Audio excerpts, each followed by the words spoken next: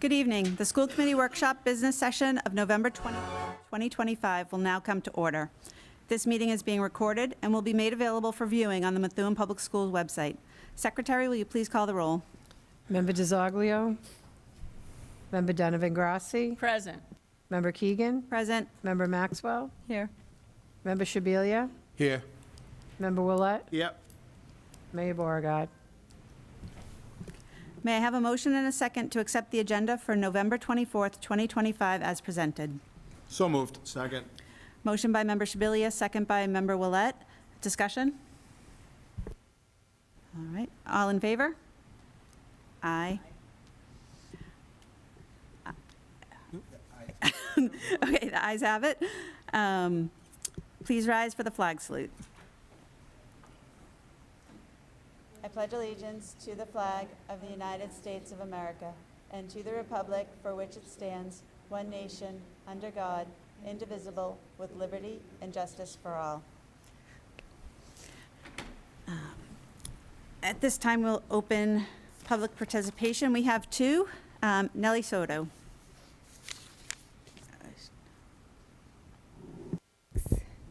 Good evening, members of the school committee, superintendent, staff, and I'm not sure if the mayor is online, and members of this community. I'm here tonight speaking in my personal capacity, and the comments I make are my own views and not those of the Methuen City Council as a whole. Nellie Soto, 71 Comet Road, Methuen, Mass. I am here tonight because this morning, every member of the City Council received an email from the Vice Chair of this committee alleging that the city solicitor has caused delays in curriculum materials, digital textbook access, supplemental reading materials, and the school solar contract.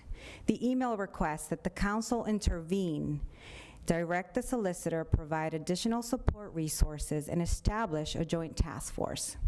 It also claims that the students lost instructional time and warns of potentially losing millions of dollars. Before these allegations are treated as fact or repeated publicly, it is important that we clarify what led to this email and whether it reflects the position of the entire committee. So I have some questions for you all today. I want to know was the full school committee aware of the email that was sent, and was it being sent, that was sent to the council? Was this communication the position of one committee member or of the entire school committee? If it was not discussed or voted on, why was it sent in a way that implies it reflects the stance of this entire body?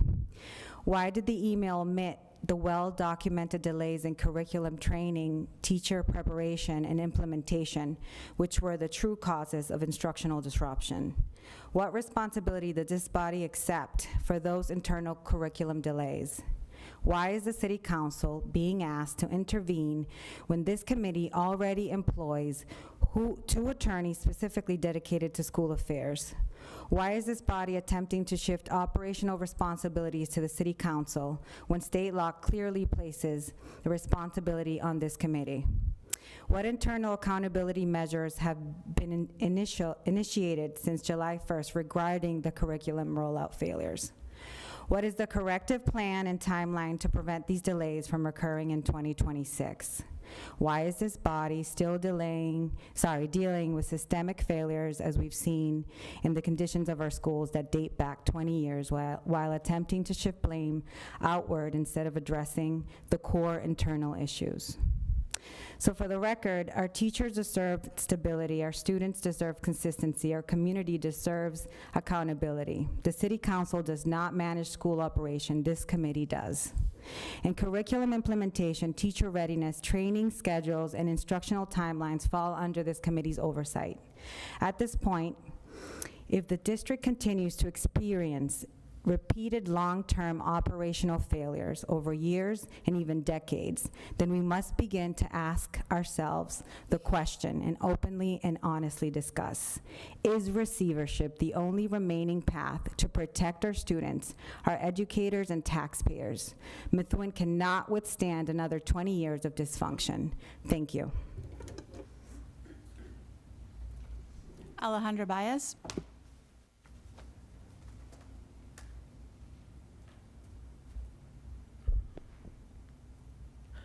Good evening, members of the school committee, Office of the Superintendent, and community. Tonight, I want to speak to you about something very real, very local, and very urgent. The risk of misclassifying students as English learners and the fact that this has already happened in Methuen. We're not talking about a theoretical issue.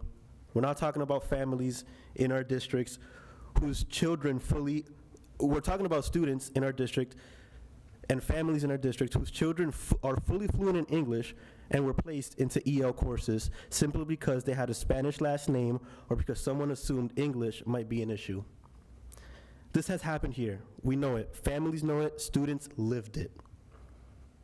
Now, under the proposed competency determination policy, Methuen High will allow EL1 and EL2 courses to count as the English language arts requirement for graduation. This may be well-intentioned, and I do support the new CD proposal as it is interim mode for CDs that now MCAS isn't a requirement, so I understand that. However, whether or not this may be well-intentioned, but it puts us on a dangerous path if EL courses can substitute for ELA. The system has an incentive to classify more students as EL, whether they truly are or not. And as a district, where a large percentage of students are bilingual or Latino, the risk is simple and simple and unacceptable. We will start misclassifying students again, not because of data, not because of assessments, but because their last name looks Spanish.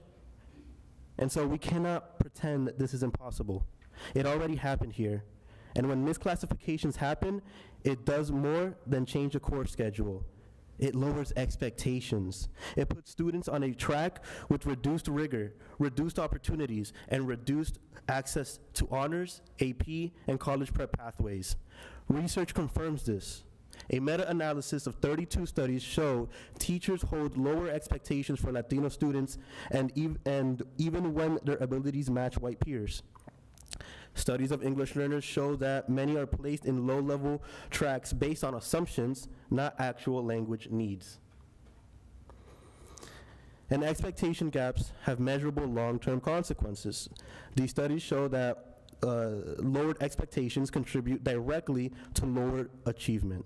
So what happens when we combine Methuen's misclassifications with a new policy that makes EL coursework count as ELA?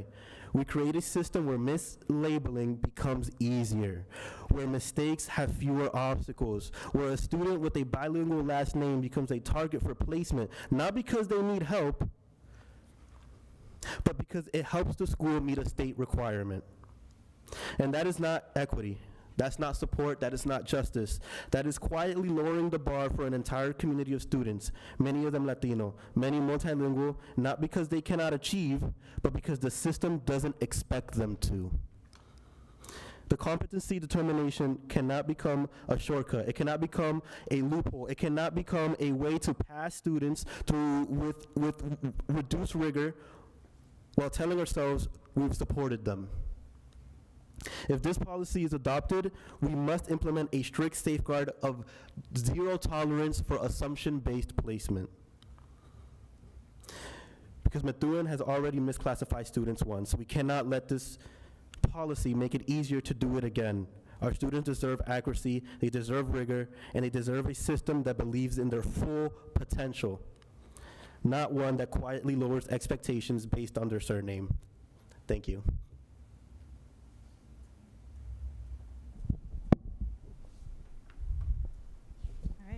At this time, we will close public participation portion of this meeting. If you cannot make the meeting in person for public participation, you can send an email to Susan Sconti at snSCIONTI@methuen.k12.ma.us before 3 p.m. on the day of the school committee meeting. May I have a motion and a second to approve the competency determination policy? So moved. Second. Moved by Member Shabilia, second by Member Donovan. Discussion. Why don't we give it to Yeah. the superintendent first? Yep.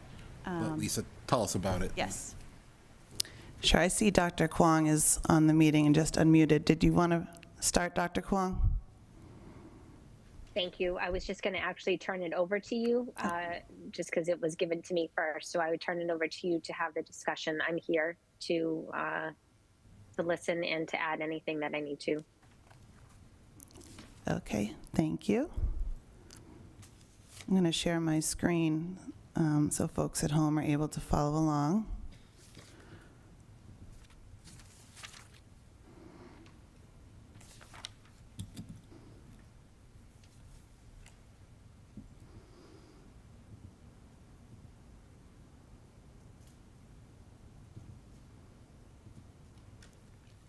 Okay, I think we've managed that. Okay. So last year, we came to the committee to talk about how MCAS could no longer be considered a competency determination based on the vote and the state regulations changing. And the state regulations have been revised, still without much direction from the state in terms of what's mandated for a competency determination. So as you may know, the Governor's Council is working on what will be the new competency determination for Massachusetts, which will ultimately take several years to put into effect after it's developed and approved. So the ask of districts who graduate students is that there is a competency determination that's separate from the graduation, local graduation requirements. So there's local graduation requirements that need to be met, as well as the CD.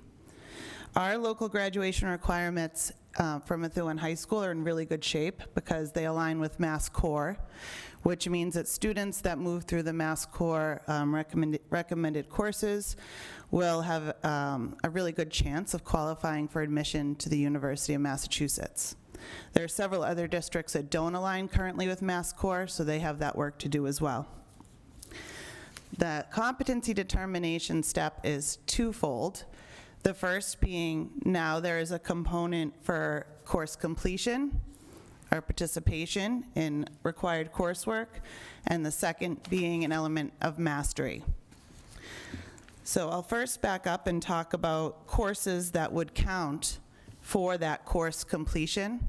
And I'm happy to say there are several members of the Methuen High School administrative team here tonight who I'm sure are eager to jump in if you have any subject-specific questions.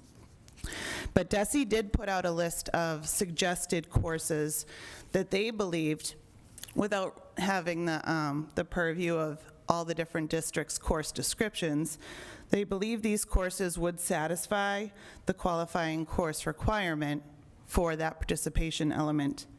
So just like MCAS, we're looking at completion and mastery through grade 10. So the courses here generally align with what was outlined in DESE's recommendation. That would include ELD 1 and 2. You'll also see that Edgenuity is a course that's listed there. That's our phrase for our online programming. So there's two options for that. We have full courses online through Edgenuity, and then we also have recovery courses. And then for the English courses, although we're looking for 2 years of completion in English, 9 and 10, 11 and 12 and the APs also cover those standards and beyond. So we thought those qualified as well. For mathematics, we're looking for a year of Algebra 1 and Geometry or integrated courses. Again, that's stipulated in DESE's recommendations.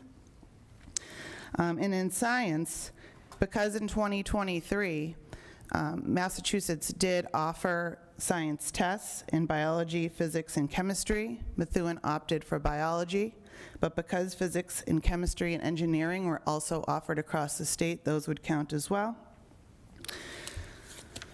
And eventually, in 2027, history will be added to the mix, and that would be the United States history course. So those are the courses that are outlined there. I did want to point out there's a couple asterisks. So you'll see a single asterisk indicates a recovery course, whether that be summer school ELA or ELA credit recovery, summer school algebra.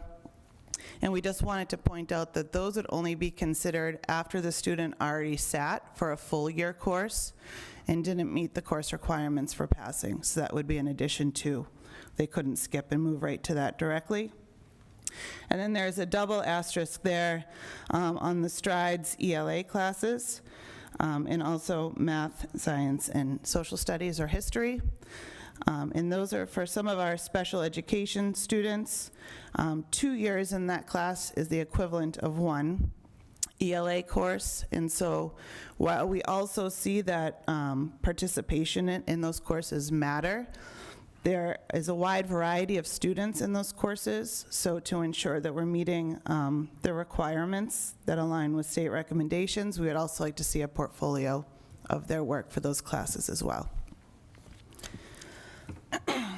So I'll just move through the overview of the whole program, then if there's questions, I'll take them at the end. So this is to be subject for your approval tonight, which would then be in place for the class of 2026. So seeing as we're in November, and DESE is requiring that this be completed and submitted by December 31st, districts, including Methuen, are concerned about getting word out to families about what the current senior class needs to do to be able to get a diploma. And then those students are already in grade 12, and we're talking about coursework that they took as freshmen or potentially even sophomores. So we're suggesting a tiered approach for the mastery portion. So in 2026, for this year's graduating seniors, we are suggesting that the MCAS could satisfy as their CD, because at the time when it was taken, it was still considered a CD requirement, ELA, math, or science. Or if they've successfully completed the outlined coursework. Just like we had done last year, we're suggesting that for this year. Reason being, we have a short turnaround here for this graduating class. We feel that it's fair since we're changing the game, because we have to, for these students. And the students who would have not passed the MCAS tests as sophomores, we would have had the opportunity to test and retest several times and run MCAS prep situations and practices to help them get over the finish line. And because that's no longer a requirement, we haven't been able to offer that for them. Same thing for the class of 2027. We're talking about current juniors who have already moved past most of this coursework, including the addition of the history course, which needs to count as of 2027. And for our current sophomores and beyond, so the class of 2028 and beyond, we're suggesting multiple ways of demonstrating mastery. So in the state regulations, it suggests final exam grade or other measures determined by the district. So for that final exam grade, we would expect to see at least a C- for the course final grade. However, if a student really did well for the entirety of the course and finishes the course with an end of the year grade of 84 or above, which would be a B, we would also consider that mastery. Or if they're a student who didn't meet either of those criteria, but would be able to assemble a portfolio of coursework aligned with standards that we would expect to see, demonstrating mastery, which would then be given to the content department chair to rate. And that department chair, using a rubric, would weight it at 70 or above. That could be considered mastery. That would be more of a proficiency model. And finally, while we are introducing more benchmark exams in coursework, you'll see some ELA high school benchmarks later tonight that go by end of the year standards, not current. If a student is able to pass that and demonstrate that they're at end of the year proficiency or beyond, that could be considered as well. And so again, that would be for 2 ELA courses, 2 math, 1 science, and 1 history, in addition to completing the Mass Core requirements as outlined for our local grad requirements.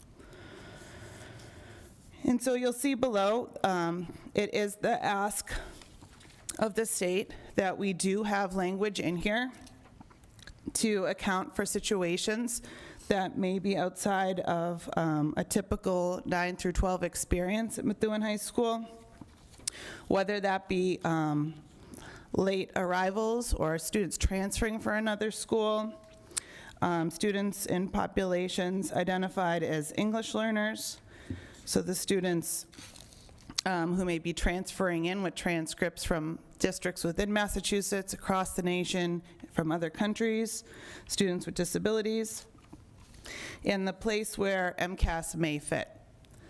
So we would be allowed to consider MCAS as a CD if we were unable to document any students' prior coursework. So that is the case sometimes when students arrive at Methuen High School.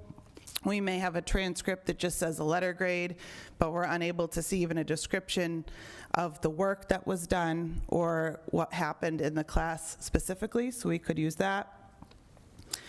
Our Students with Disabilities section talks about our out-of-district placements and how the team would convene to decide if their work is in alignment with the CD policy. And then we have some language here that speaks about STRIDES, which is our program that would qualify students for the opportunity to earn a diploma should their portfolio work indicate so. And then the goal of our English learners in that program is to get students into mainstream courses as soon as possible. So whereas we used to have ELD 1 through 5, we no longer do. We have ELD 1 and 2, and then students roll right into the ELA class, and they're co-taught. So if we have a student arriving as an English learner in, say, grade 11 or 12 at a level 1 or 2 status, in addition to teaching conversational English, the goal of ELD is really to promote academic language, and there are ELA standards within those courses, which was the impetus for the state to list them as such. We do offer the transcript review for those transfer students to see if the coursework has been completed. We do offer several opportunities for students to engage in required coursework. So when I spoke before about recovery courses, summer school, Edgenuity, there'll be multiple avenues for students to be able to demonstrate mastery. And then the appeals process. So that outlines the chain of command. If, per se, we do get to the portfolio option and a student has a question about how they were rated, or they do feel as though a technical error was made in their final grade, that outlines that there's a chain to appeal to move up if the student or family is not pleased with the decision. And that is the outline of the CD policy. I'd like to invite Mr. Corrett up, our high school principal. And the high school team was very much involved in the development of this policy. And Mr. Corrett consulted with the department chairs, and they thought long and hard about what would be equitable for students and fair, seeing that we're living this change, and that we do expect this change will be a patch for what will become the state requirement in potentially 5 or so years.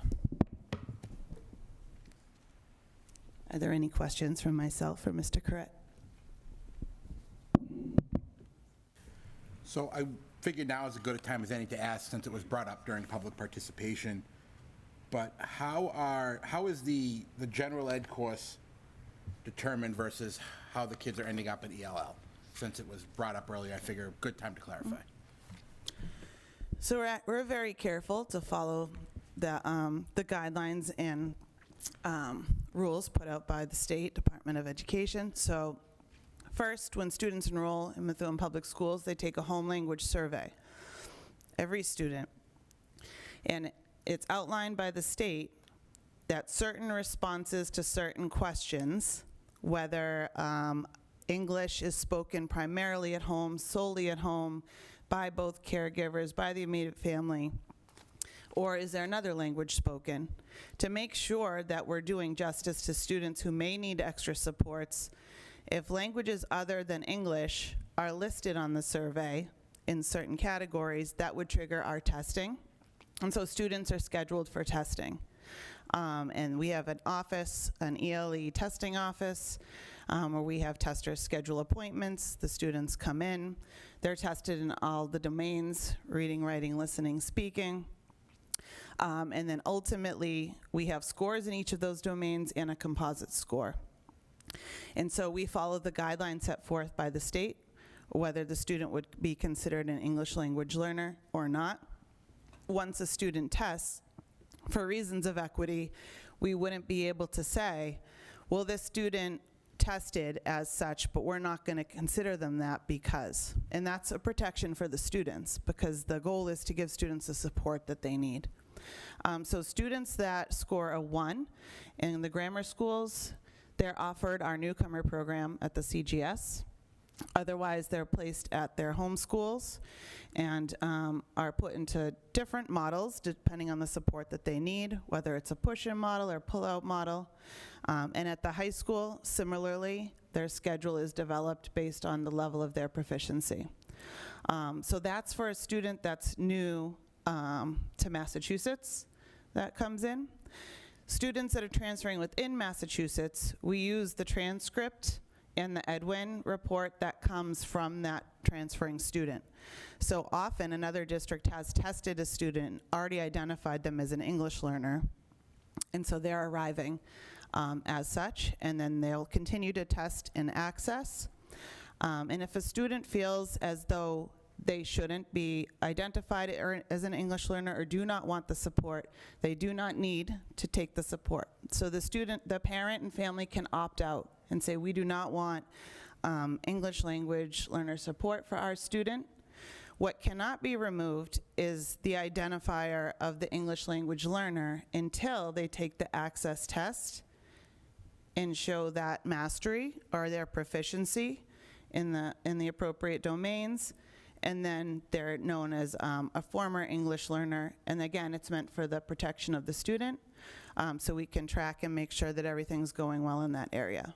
But students and families do not need to take any English learner support if they wish not to. We also have our English learner department chair is probably chomping at the bit to share her insights as well. And Ms. Stogler had been at the grammar school and high school, so could speak to both. So at no point in time are you and Dr. Kwong sitting in a bunker somewhere deciding we're going to throw this kid into ELL. So that's just not how it works. So the comments made earlier tonight were inflammatory and misleading. I don't think that's appropriate. I first of don't all, care. And second of all, But I'm clarifying the points because it was brought up, and I just want to make sure, because now that is what's out there and what people are going to want to believe. And to now say that that is how ELL is established, I want to make sure that we're correcting the record. That way, if people are watching and they're taking away information from this meeting, they know that the earlier comments made from the podium tonight were not accurate, and you just gave us how ELL functions as a whole, correct? Okay. Correct, yes. Thank you. Yeah, I will say the supervisors, of which we have 2 in the grammar schools, and Ms. Stogler, who's a department chair, spend a lot of time keeping up with the updates from the Office of Language Acquisition and attend several meetings. And there have been a number of shifts over the past few years, adjusting the survey and recommendations for how students should support English learners, but a lot like the special education department, where the goal is to put the least amount of constraints or supports for students that they can be mainstream. That's very much the goal of the English language education department. There's a celebration at the CGS I was at today, celebrating that some students were becoming partially mainstreamed from the newcomer program, and how wonderful that was that it's November and they've already made that much progress. Yeah, Miss Peretti put me in that room for Read Across America one day with the kindergartners, and that was an experience that I wish I had been given a heads up before I got there. But it was wild. But thank you. I just wanted to make sure that we had accurate information. Member Maxwell? So I just want to go off of that because I know you said something about if a parent or family wants to opt out of EL, they absolutely can. They just need to take a test first. well, they can test, I'm sorry.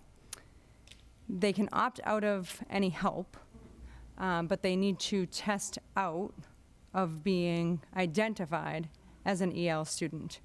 So I'm just curious, is there a sample test of the test that would be required to take? And would some of our English students be able to pass that test? You can see practice questions from the WIDA website. They do have practice tests in all 4 of the domains at the different bands, because like the test that's given to a kindergartner is very different than the test that's given to the grade 9-12 band. And so depending on the age of the student, the complexity of the language that's expected to be used. And so it is challenging in what's expected of the students to use. The cutoffs are established by the state of Massachusetts. And as far as opting out, a family needs to opt out every year. They can either fill out a form that we have available if they ask for it, or they can send an email with certain information requesting to opt out. We adjust their schedule accordingly, but during that access testing window, the state does require that we still test them every year until they reach those qualifying exit scores. And the qualifying exit scores would be based off of their grade level, correct? Well, qualifying exit scores are 4.2 overall and 3.9 for But literacy. based off of their grade level? And it's by the grade band. So By the if grade you're band. a 4th grader, you're taking the 4-5 grade band test. Yep. If you're a 7th grader, you're taking the 6-8 grade band test. If you're a 10th grader, you're taking the 9-12. The numbers are adjusted to reflect that grade band. It's always 4.2 and 3.9. So how you earn that is, So calibrated. let me ask you this, if we're testing in the grade band 4-5, and this English language student is, behind possibly in reading or something like that, that could potentially change their test score, and then they wouldn't be able to test out of EL because they don't. And it's not because they don't understand English, it's because they don't understand the curriculum, because they're they could be a grade level behind. Well, the language that's being tested does reflect what they would need to be able to use at that grade level. And so they're really tied together. And so students who struggle academically, they do tend to struggle to reach those qualifying exit scores within certain literacy areas, but it's a combination of the 4 domains. And so if you score lower in reading, it doesn't mean that you still aren't going to achieve that 4.2 and 3.9. So they do have a formula that they use to determine scores. Okay, and then just one more follow-up question. Do we get more funding for EL students per student? Part of the plan, the SOA plan that I presented before, part of that is there is some additional funding for English learners, but also low-income students. And so it's to support the district that have more needs, which require more staff, specialized staff, and support with those. So we do get more money for kids that don't test out of EL. Just like we get more money for students that take CTE classes, because that program is more expensive to run. Okay. The English Learner program is more expensive to run, and so that's trying to level the playing field. Okay, thank you. Member DiZoglio, did you have something to say? Well, it wasn't about ELLs. That's okay. About the course mastery. That's what the subject is, so yes, go ahead. All right. We were just talking about ELLs. I was just talking about how the completion. So I'm going to start with the 2028 and then work my way back. So final exam grade of a C minus, 70 or 73 or higher. So if I got this right, if a student is getting like a 50 in the class, but he passed the final exam with a 70 and 73, he passes for the year. No, that student wouldn't meet the element of completion, All right, so that would eliminate that student for qualifying for a CD. okay.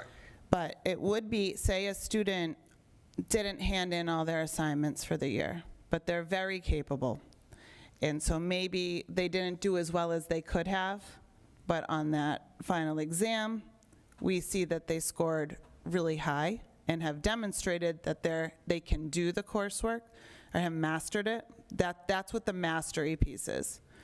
Completion is if you've completed the course, earn the credit. So the earning the credit part of the completion is outlined in the regulations. Yeah. And earning the credit is dictated by what we have in our program of studies. So the completion part is just earning the credit. So like you said, if he was capable of mastering it, but just say in that time frame he's getting a 50, but we all know he's capable of doing it. Like he'll do like one paper here, one paper there, but he still has like a 50, 60, but then he masters the exam. What determines, like I might have misread the regulation portion of this, but I'm just concerned that in a portfolio coursework reviewed by the department chair and rated satisfactory 70 or 73 or higher, I feel like that's just such a low number. Well, yeah, so similarly, in years prior, we've had students whose course grades weren't A or B, but they perform really well on the MCAS, or we have students who do the same thing, perform really well on the PSAT, and we use that as an indicator that they should be in more advanced coursework or they have more that they're capable of. But here, so a 50 wouldn't have them pass the course, so that would be an issue to start. And then we're likening those grades to meeting expectations or exceeding expectations like you would see on the MCAS. Even still, there were EPPs that were offered for students that didn't get a satisfactory score on the MCAS tests, and that meant, okay, you'll earn the CD, but you also need to be monitored by administration for the remainder of your time in the high school, and we would monitor courses that were taken by students and check in with their teachers to make sure they were making progress, because it's only 2 years into their high school career, and so the state would even give those students room to grow. And so that's why that I'm sorry, Mr. Craig, I should have let you field that one, but that contributed to how we arrived at those numbers. Also, and I know it has to go through to the Senate, but Ryan Hamilton just passed a bill that required financial literacy as part of a course to graduate. We should already be putting that in just in case, if it passes the Senate. Then we're going to be backpedaling to the point where financial literacy would have to become a course. Yeah, but I would say we should just put it in now for at least 2027, just be part of us as a course. I also believe that a civics exam should also be required for a graduation component as well, because we talk about civics all the time and then we saw the low scores this year. I think civics exam should be also a requirement for a graduation component. I just feel like this is kind of a loose way to graduate high school to me. I feel like we need to add some more courses. I feel like it should be more challenging for kids to see if they're ready. Because the MCAS, as much as we might have not believed in it, it still held some type of a standard. Now it's relied on us. Well, we should be holding more standards to our kids to making sure that financial literacy and a civics exam should be included for graduation. They've already learned it, at least the civics part, supposedly. So they should be taking at least a civics exam to graduate. That's just my opinion. But the financial literacy part should be included in at least the 2028 and beyond. Member Willett. Again, just through the chair to Member DeZoglio, we don't do a grandfather clause like that at the State House. So ultimately, if it's signed into law, and eventually if we have to adopt that provision, I don't have a problem doing that in a future plan. And again, I'm a big advocate of civics and constitutional law, Bill of Rights, freedom of speech, the whole 9 yards. So again, that's something that we as a committee in the future can discuss. But what happened was, I voted to maintain the MCAS. We lost. The MTA flooded millions of dollars to do away with the MCAS. Now we're trying to stabilize the system, and if we have the strongest standards possible in Methuen, aligned with the Mass Core, okay, but also take into account people that might have had deficiencies in the past, they might be able to graduate, and we can work with those parties. Ultimately, you want to educate as many people as possible and pursue future obtainment of education at community colleges and universities. That's our goal. So you're talking about literacy, and you're talking about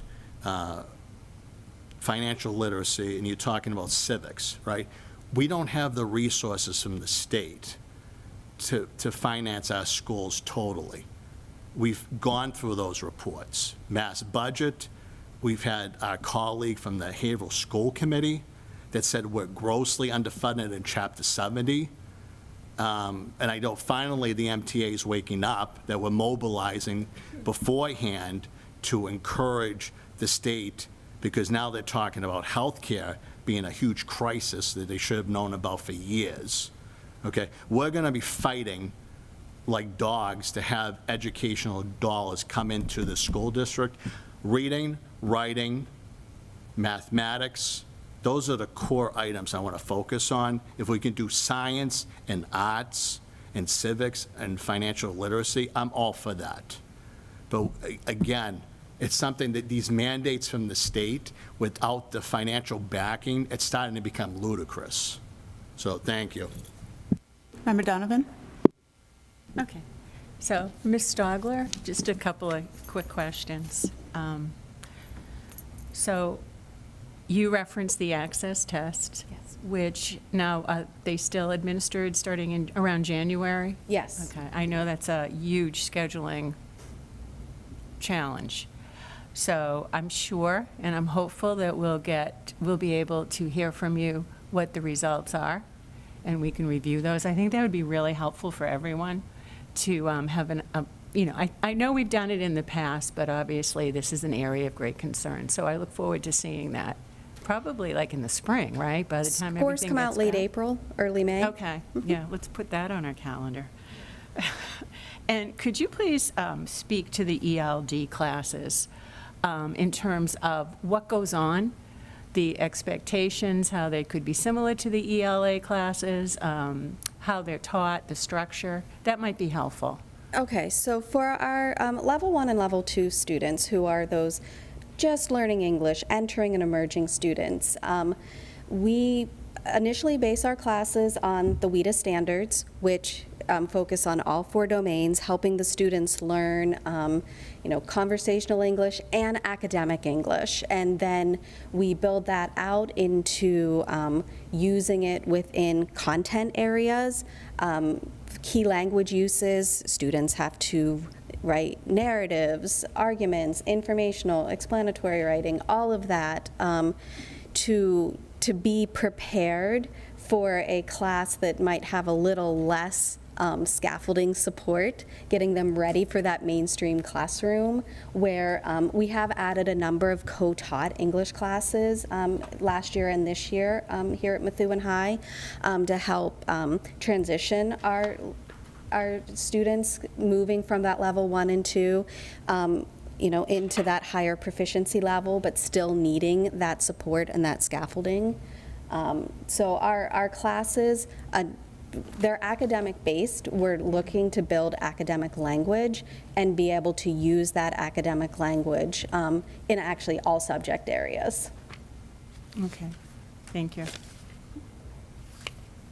Thank you. Member DiZoglio. So just to go off of that point, we do have civics classes at the high school already. So we already have those resources in place. So for them to go afterwards to take a final exam based off of civics, of their basic rights, whatever the government were, because that's, again, from a history, history's perspective, I think with a lot of problems that we have in this country today is based off people not knowing their rights and what they can, what they feel like the government can do to them and not do to them. If they knew these basic rights to begin with, we would have a less of the problems that we're having. Theory, in a perfect world. But if kids are, we just went over it, like 34% passed the civics exam, if I recall. That to me is a concern if we're putting all these resources in. I would like to now hold those teachers or hold those people and kids accountable that you need to pay attention in these classes, because we have civics where I teach and the kids don't pay attention. Well, if they knew that was a standard now, higher, that's going to be a reason for them to graduate, they might pay attention, in theory. Again, in a perfect world. But that's why I think these are very loose standards, and I feel like if we keep, even though it lines up with Mass Core, I think we should go a little bit further than Mass Core. Member Donovan. So I'm just wondering if we're talking about two different things right now. We should be focused on the competency determination, and I think, correct me if I'm wrong, okay? I want to make sure. I think you're going down an area of the graduation school requirements for here. So two different things, so I just want to respectfully say, should we be focused on the competency? Because I don't know. So We're following our this students same- do need to take civics Yeah. for our local graduation requirements, which for that bucket. Yeah. And now what we're trying to determine now is the CD, which is our replacement for the MCAS tests. So there's two pieces there. So we are getting at the civics with the local grad requirements, and then there's this other replacement piece that we're trying to add in. Right. I have a couple of questions. First, the history course that's required in the mastery starting in 2028, is that the civics course, or is that a different class? No, that's a different class. That's U.S. history, and that was selected because we're looking at grade 10 students, and if you're looking at the standards, that is the time they would be taking U.S. history. Okay, that was my first question. My Civics second is juniors, sorry. Right, civics as junior.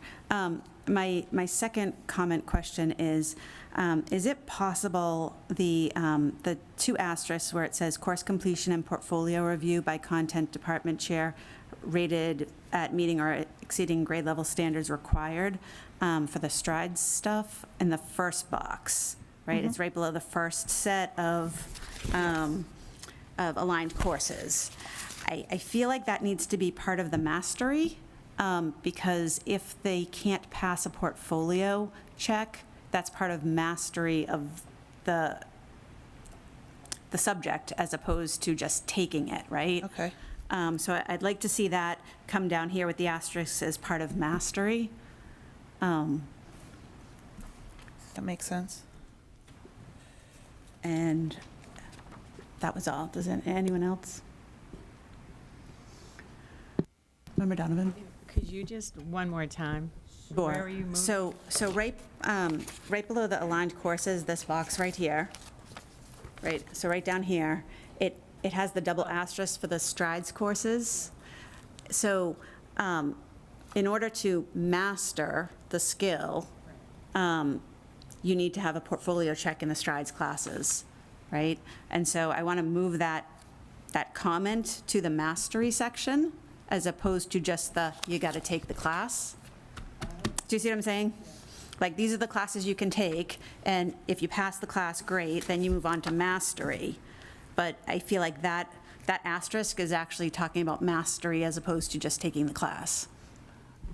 Does that make sense? It kind of mirrors the old-timey MCAS alt portfolios. Yes, Now, right. where would that go, under 2028 and beyond? No, I think it needs to go starting in 2026. I think it has to be for everybody, because your strides kids vary so greatly that you have some kids in strides that could pass the MCAS, and you have kids in strides that can't.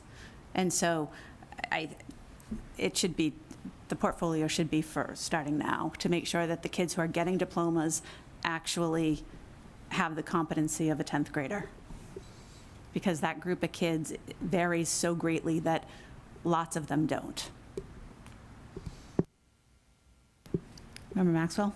So I would have to agree that I feel like these, these mastery, the list of the mastery is just with the or. I feel like it is a little open-ended, but just going off of Member Keegan with the Strides United States History, I mean, how is that any different, putting that on the mastery list, than putting like a United States mastery level, like Ryan was just suggesting? How is that? I can explain that. So the Strides classes are the special ed sub-separate.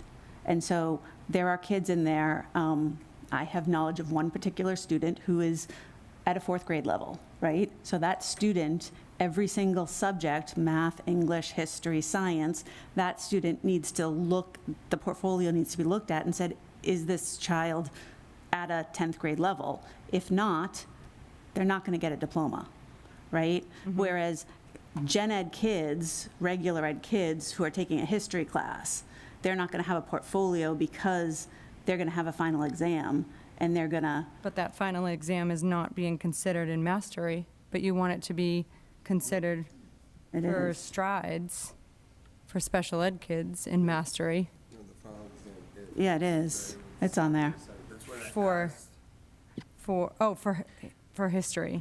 Right. And you I wanted think I put that footnote under the wrong grid. Okay. So she's suggesting I move it under the. I understand. That's all. I was just so confused by the difference of the strides versus. Right, the what Strides, Ryan was saying. Strides is a sub-separate program with kids who need entry point access as opposed to grade level Wouldn't access. necessarily be covered under this category. Correct. Okay, And gotcha. so those kids all, really, they need to be, their portfolios need to be looked at to make sure that they're actually, their diploma means the same thing as every other kid. Member DiZoglio. I'm still worried about also the final course grade not being applied to these other two, 26, 27. I get it, but the question I'm having is, or a final exam grade of 70, 73 or higher, like how many kids are not passing courses?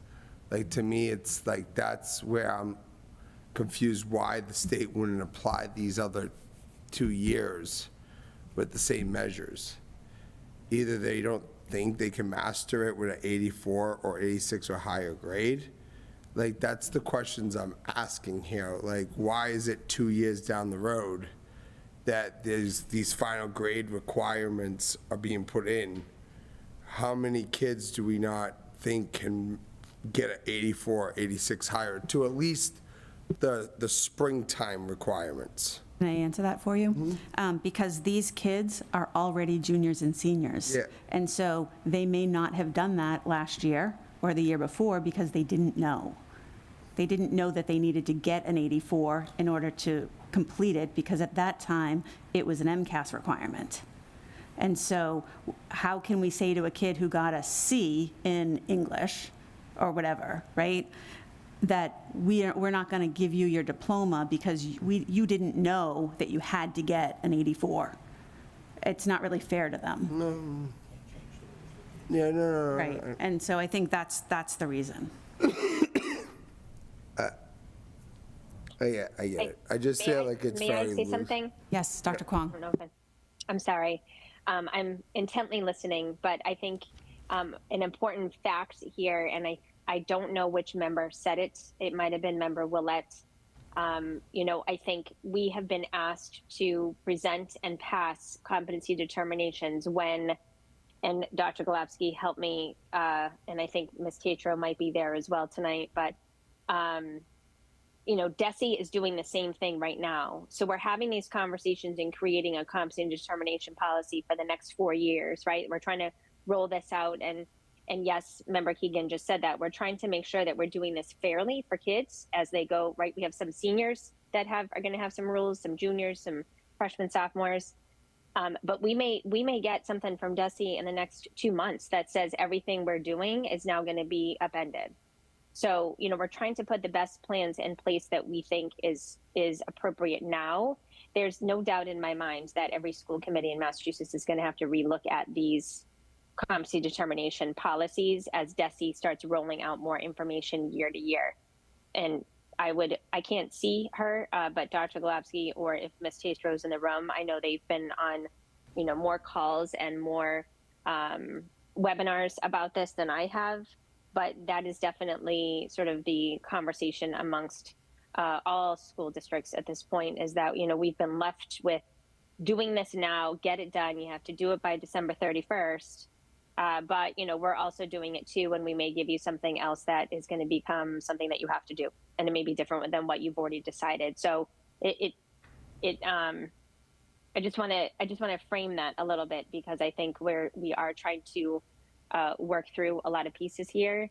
And the most important group for this would be this year's group, to make sure that we have the plans in place and have time to communicate with all the grade levels what those expectations are year to year, so they have a fair chance of knowing what those, again, each graduation and competency determination pieces are for their year, their graduation year. But I'd let Dr. Golubsky, and again, I don't know if Ms. Tatro is there, speak more to that if needed. I can share something too. Yeah, Mr. Corrett would like to share as well. So just to kind of put some context out there, we pulled some information on the number of students who received a certificate over the past couple of years. So essentially, if you do not meet the CD requirement, you're not eligible for a diploma. You both have to meet your local graduation requirements, and you have to meet the competency determination requirement. And prior to last year, that CD requirement was successfully passing the MCAS. So last year, we had 3 students who received a certificate, which is essentially saying that they did not meet the CD requirements. In 2024, we gave out 14 certificates. 2023, 10 certificates. And then from 2020, 21, and 22, those are the years that we moved to the modified CD. As a result of COVID. And that's essentially what we're kind of proposing here with our class of 26 and 27. And from those years, the modified CD was course completion. So that's what we're proposing for the 26 and 27. And that is solely because a senior today took Algebra 1 and Geometry their freshman and sophomore years. And to that point that Mr. Shabilia and Dr. Golubsky made, they're far removed from that, and they didn't know that was going to ultimately be a requirement for graduation. So we have numbers right now with where our kids kind of stand. So the class of 26 did take the MCAS. It was still a requirement for graduation when they took it. And 60 students for ELA, 60 students either didn't test during that time or did not pass.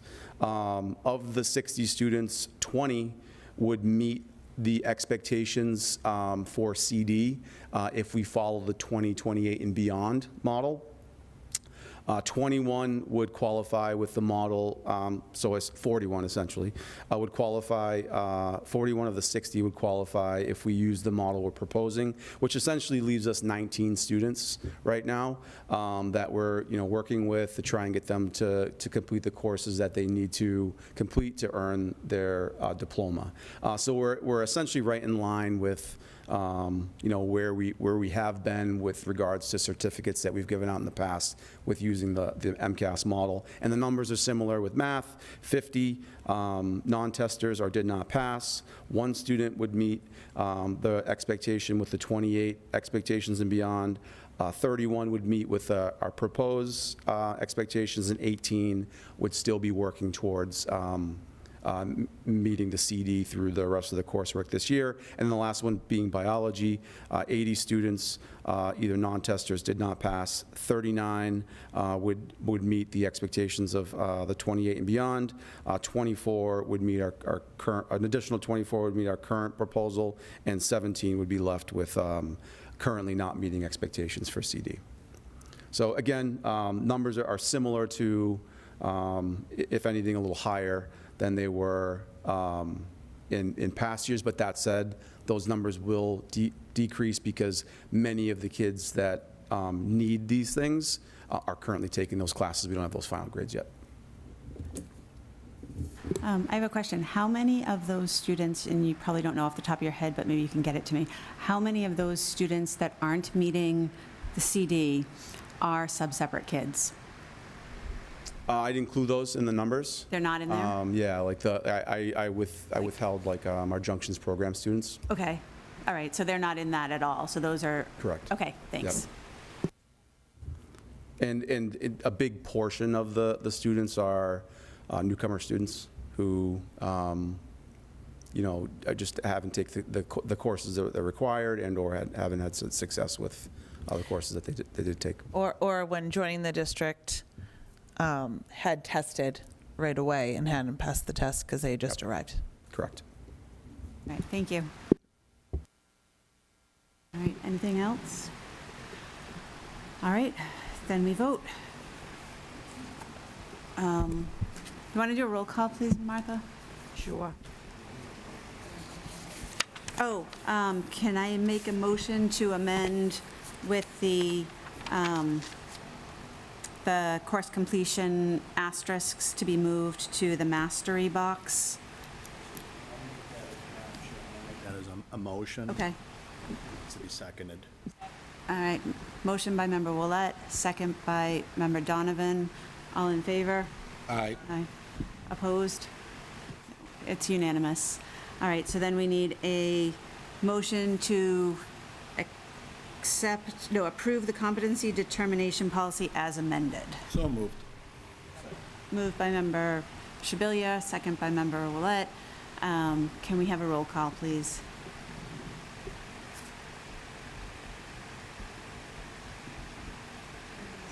No. Ben? Yes. Member Keegan? Yes. Member Maxwell? Yes. Member Shabilia? Yes. Member Willett? Yes. Mayor Beauregard. All right, it passes. 5 yes, 1 no passes. Assistant Superintendent Golubsky, would you please start the Q1 strategy plan presentation? Sure. I'm just going to share that presentation on the Zoom link as well.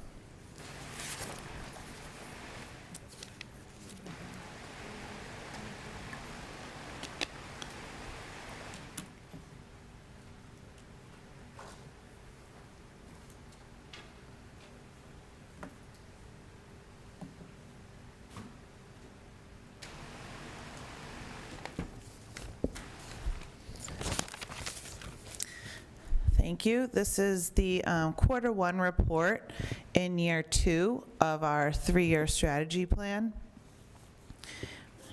And I know these objectives are very familiar to us, but I'll remind the audience of them at home. Our first is to accelerate literacy development and language acquisition across all subject areas.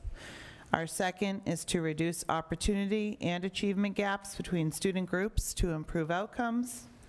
And thirdly, we aim to enhance partnerships with students and families to increase connectivity, engagement, and belonging. And so I'll move through in the presentation each objective. Included in our plan are particular priorities and then key actions. So to streamline the presentation, I've highlighted the key actions that I'll speak to for each objective, and just the steps that we've taken in this first quarter. So for objective 1, which is the literacy and language objective, I'll highlight the CKLA launch in professional development. I'll explain our connection with several consulting groups and agencies.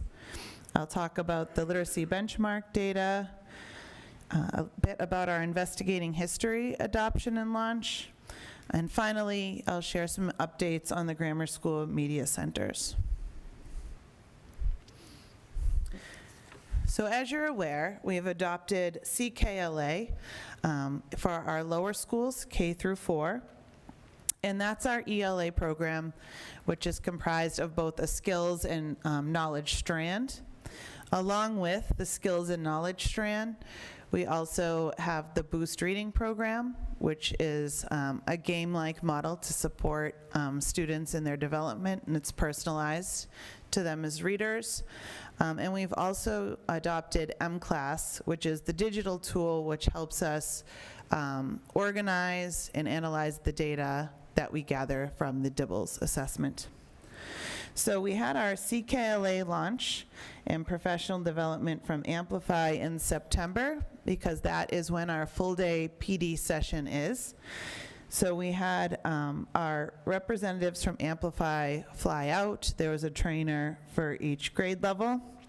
And that was through our awarding of the PRISM grant, which allotted $225,000 for professional development support. That's meant to be used over the course of this year. So we're very fortunate that we were able to be afforded these opportunities.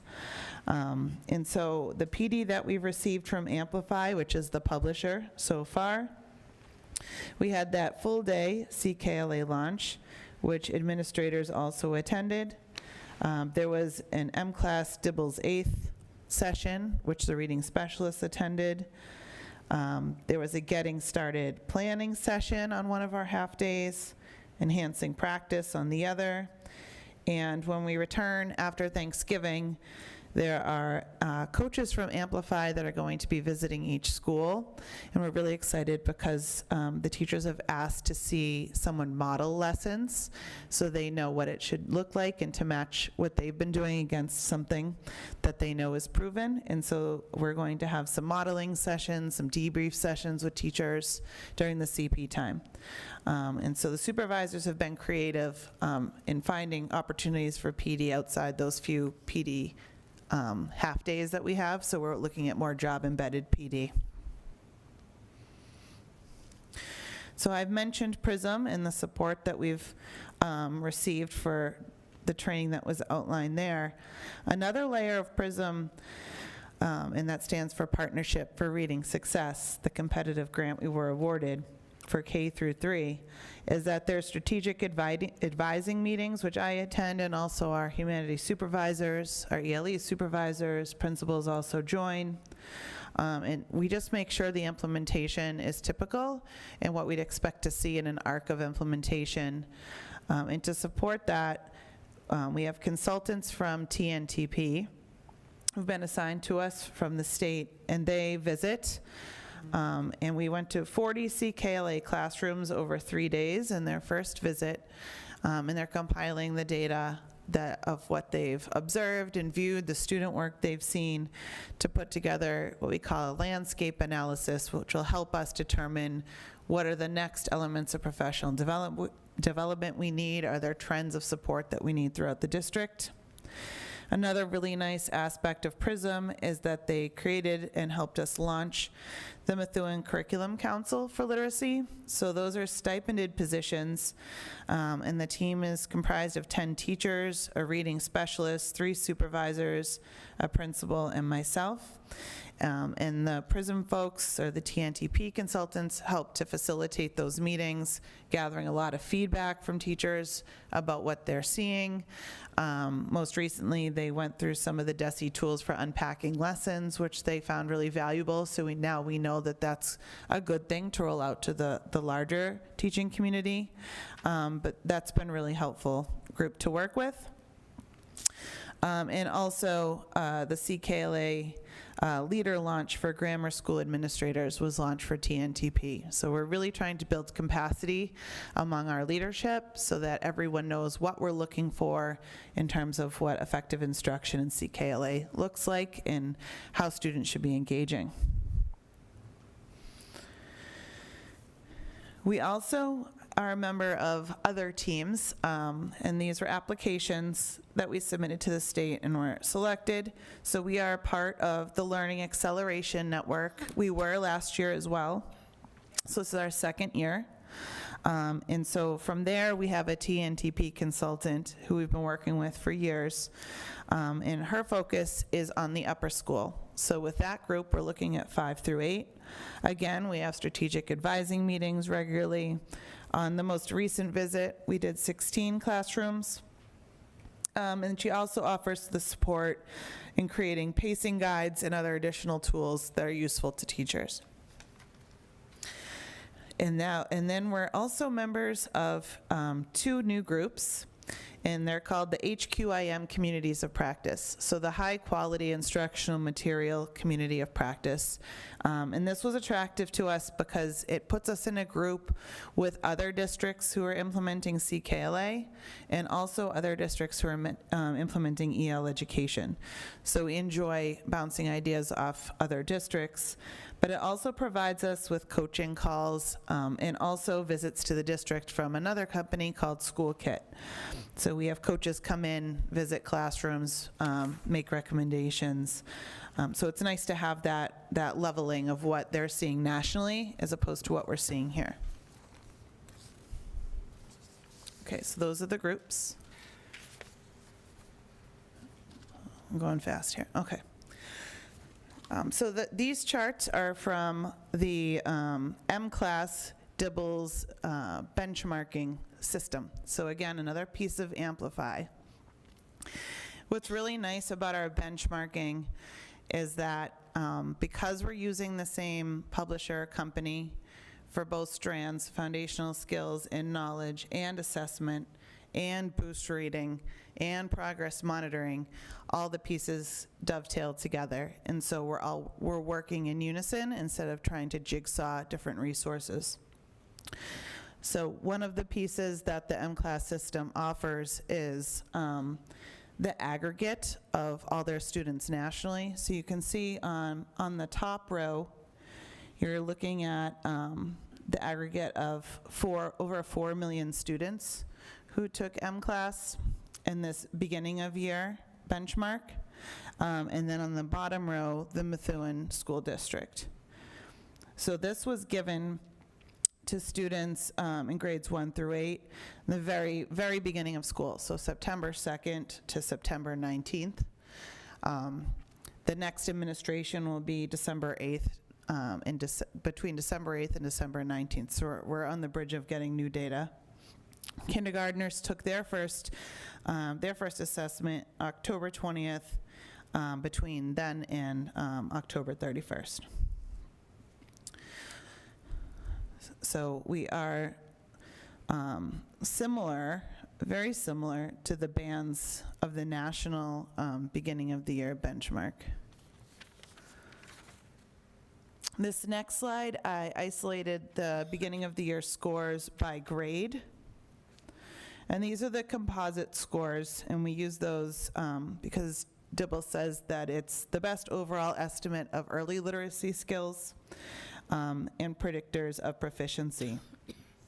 And so what we're calling the green at grade level or the blue above, what that really says to us, these are students who are very, very likely to be where we would expect them to be at the end of the year with no really additional support needed. If there was just core support and they move through the lessons, that's what we would expect to see.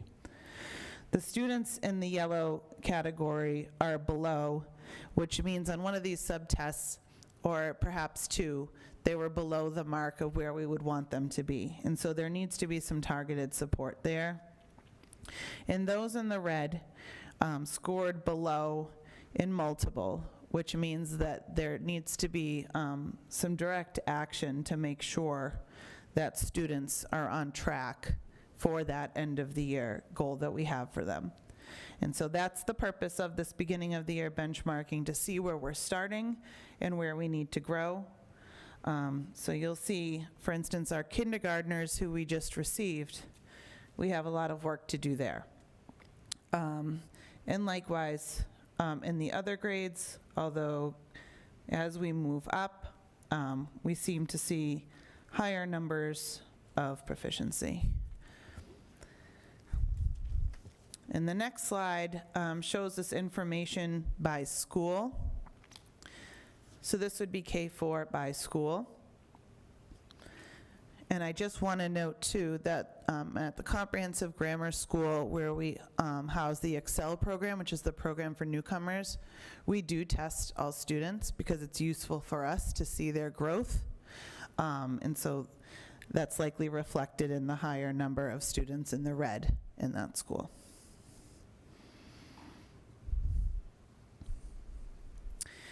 Okay, the next slide shows K through 8 Dreambox Reading Plus Insight Assessment scores. And so as we know, these composite scores are made up by reading fluency, which is essentially the speed at which students are moving through silently their reading, vocabulary scores, which are typically higher than grade level, and then the comprehensive measures, which are more difficult for students. So we have the breakdown by grade on the left. Interesting to note that starting proficiency level increases, as do the grades. And then also the right shows the school.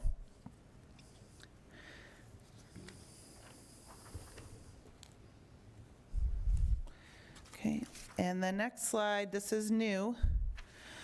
So Ms. Dumont was here earlier, but she brought in the Common Lit benchmark assessment for high school. So this aligns with standards of where we would expect students to be at the end of the year. So this is different. The others chart where students are currently, and is that where we would expect them to be at this point in time. The high school assessment charts, are they at a June readiness level for the grade that they're in? So in grade 9, 29% of grade 9 students are already at or beyond where they should be at the end of the year, and 26% of grade 10 students. So to me, that tells me more than a quarter of each of those grade levels needs to be challenged with some more rigorous work, because they're already able to do what we would expect them to do in June.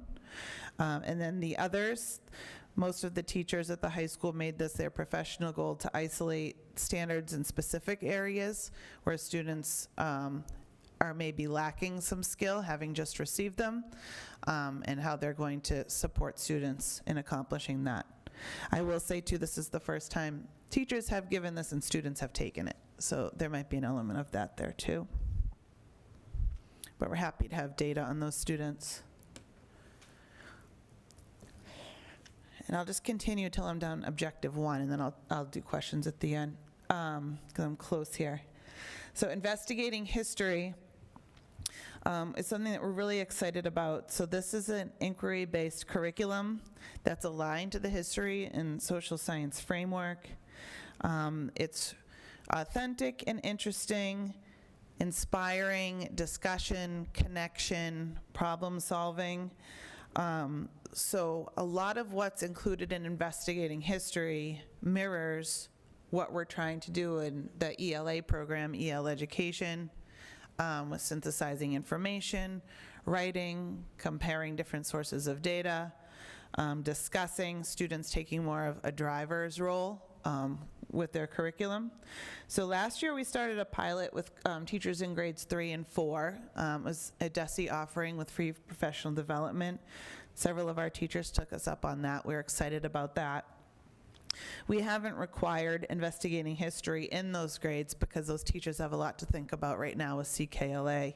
But we did bring in investigating history in grades 5 through 7. So that is the history curriculum that we're learning now and using. I put it in objective 1 because it's going to support our literacy goals as well. And not in grade 8, because grade 8 is civics. So 5 through 7, the curriculum is has recently been revised for investigating history. They're launching all the modules before we get to them, but by the end of the year, they'll be complete. And through some grant funding, we were able to have a DESE certified professional development provider come in and offer support for our social studies teachers in the upper schools. So from what I hear and what I see, that's going well so far. And then finally, our middle school, grammar school media center updates. Ms. Guthrie is our high school media center specialist, who's been very kind and flexible in helping to upstart the grammar school library. So last year, we revised the collections, refreshed them. And so what she's been doing is working with volunteers to help organize and operate the self-checkout station, check-in books, shelve books. And at the Timony, the time when I put this together, she let me know that there were 900 checkouts during what she called the grand opening, or the first week.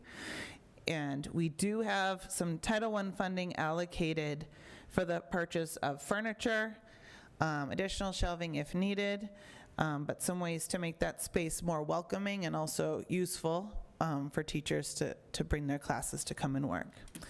And so Ms. Guthrie, in addition to helping with these grand openings, is also doing hours after school at each grammar school on a rotating basis. So she'll be in each school after school hours here, so starting at 2 o'clock, and she'll do a day in each grammar school just to make sure everything's maintained, and to be available if the volunteers have any questions. And that's objective 1, so I'll pause there in case. Member Maxwell? So I have a few questions really per each block. So objective 1, just wondering how the district is measuring the effectiveness of CKLA launch. And then after the Amplify coach visits at each school in December, will the committee receive an update of the strengths and challenges and next steps? And what concerns or needs have teachers expressed regarding the CKLA implementation? Do you want to start there? Yeah, let's do those first. So after every PD session, we give the feedback survey, and teachers all respond with their recommendations. So we've been using what they've been expressing there and what we're seeing in CP meetings and in classrooms to help redirect and change professional development next. So in the fall, we had a succession of several dates where we had opportunity to have providers come in or curtail what we're doing directly to what the teachers need. Now, because we have a break, we don't have professional development this month, December, or January. That's why we're doing the job embedded PD. So the launch, I'm calling the launch training the one-day session, but we're still in launch mode, really, because they've been doing it for 2 months. And so we're moving through and using very much the landscape analysis that's being put together and shared with the team. When we go through classrooms, teachers receive an email for the principal, who typically joins us on those walkthroughs, of trends that we see overall. And it's easier for someone like me who's able to be in all schools to note trends or strengths and weaknesses.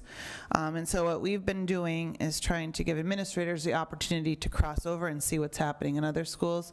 So for instance, Mr. Reeve, after his walkthroughs, went to the Tenny to accompany us on theirs to see strengths and weaknesses so they can cross and share some best practices or things that are going on. So that's been really nice.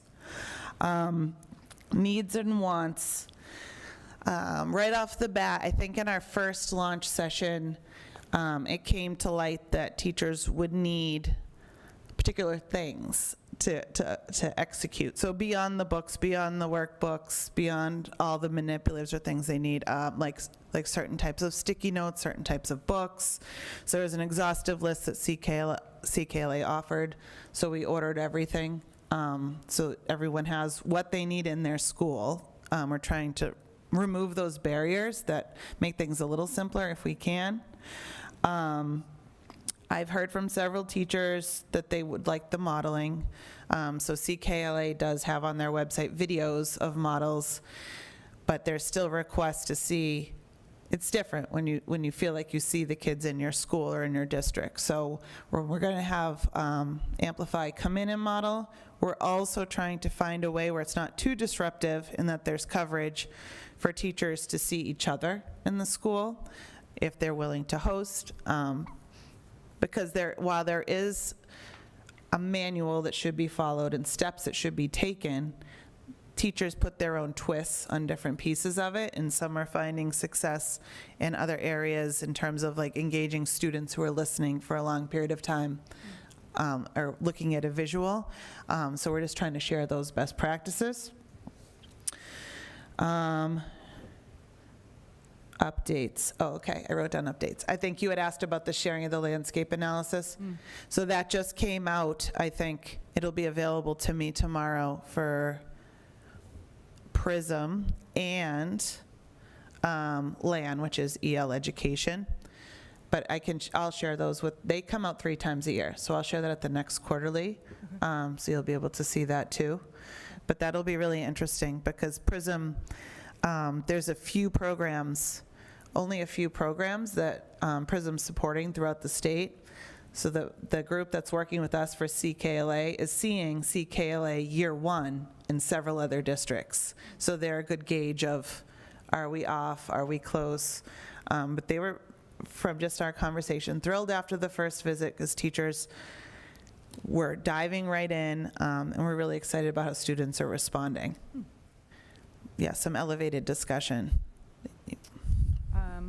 So I don't know, I have questions per category, so if anybody has any questions on that category, maybe I could wait until the next, can we do it category by category so I don't dominate the conversation? Sure. Okay. Sure. I'm not sure what your categories by, like, So this one, for instance, was objective 1, and then there's PRISM, and then there's HQIM and LAN, and then Okay. there's the DIBELS benchmarks. all right, because it's all objective 1. Okay, so should I just go? Yeah, through? why don't you Okay. go through all yours? Okay. As far as the, well, I'll jump ahead a little bit to the DIBELS and benchmark data. How come this year it looks different than all of the other updates that we've gotten? Like, in the other updates we've had students with disabilities, EL learners, you kind of separated them out like that. I think that was helpful for us, if we could continue with that. I can do that again. Okay. I think benchmark 1 last time I didn't do that either because it's just a starting place, but I can do that in the other ones. Okay. And then these are my questions. So why is there such a high percentage of students in the well below category, especially in K and grades 2? How are we adjusting instruction between benchmarks? And can the committee receive a plan school by school for addressing the red and yellow tiers?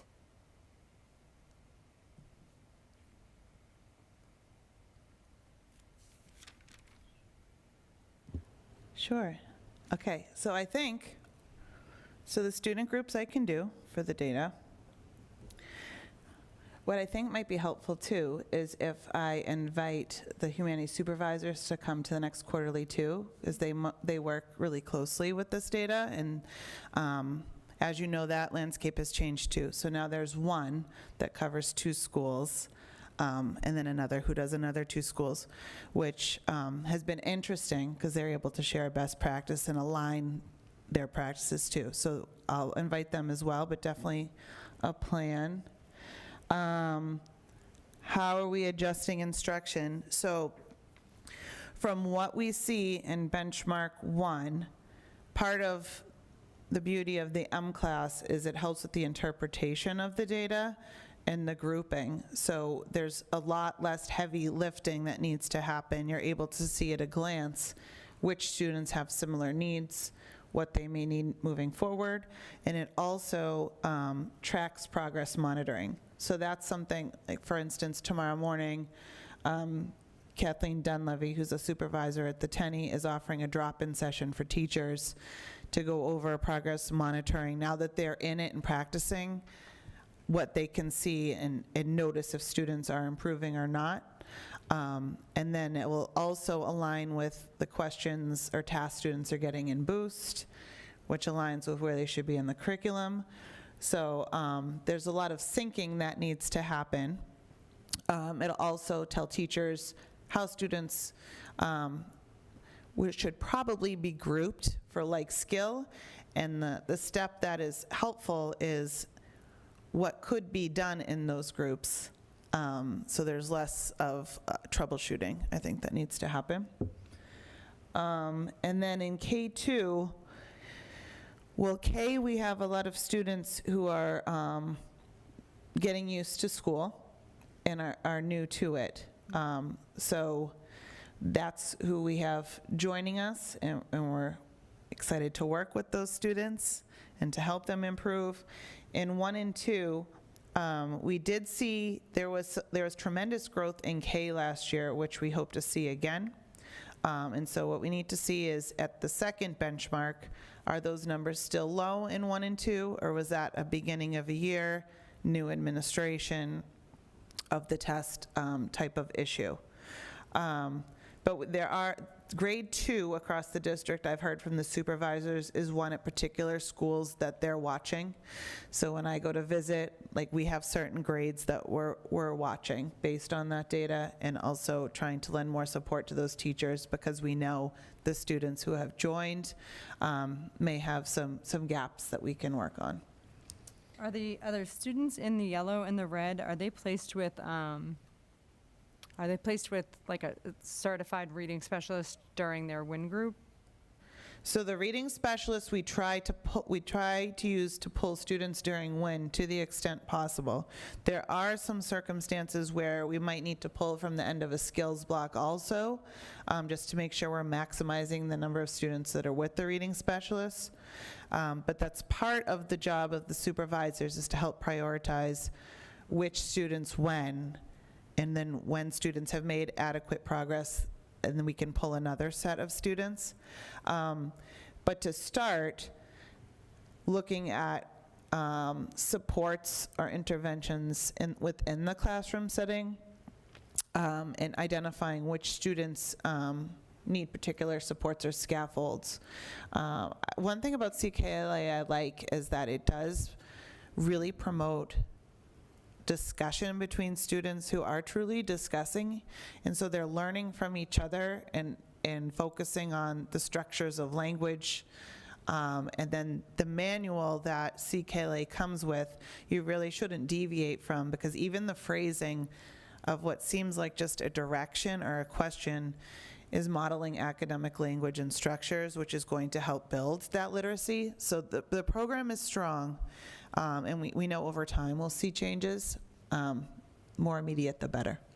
Do you think that we will see kind of a dip in these scores because we're rolling out the new CKLA curriculum, the history curriculum, and the science curriculum? They're all like new curriculums. So do you think that that will affect our literacy rate at all in a negative way?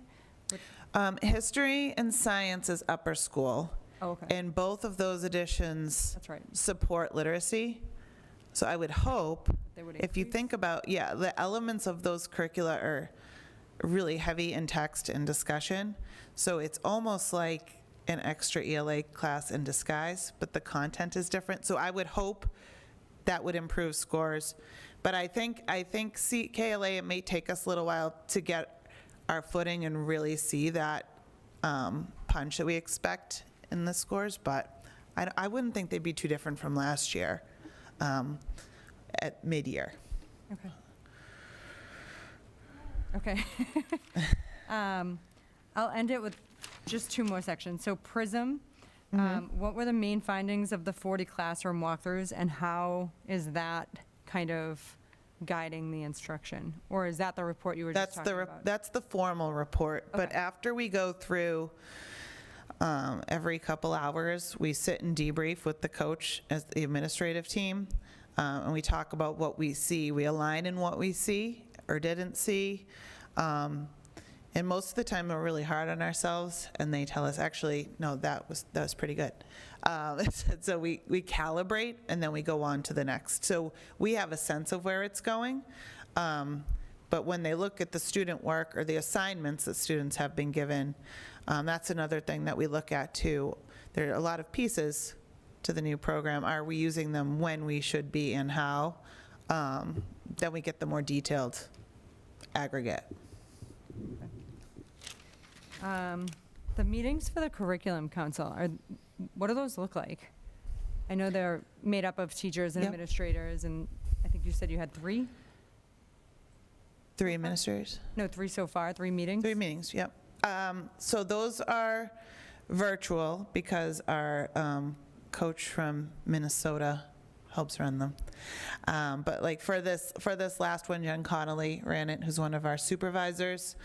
And so Desi came out with some new tools to help teachers prepare lessons. Because I think we're in a good spot in terms of we have a lot of high quality instructional materials.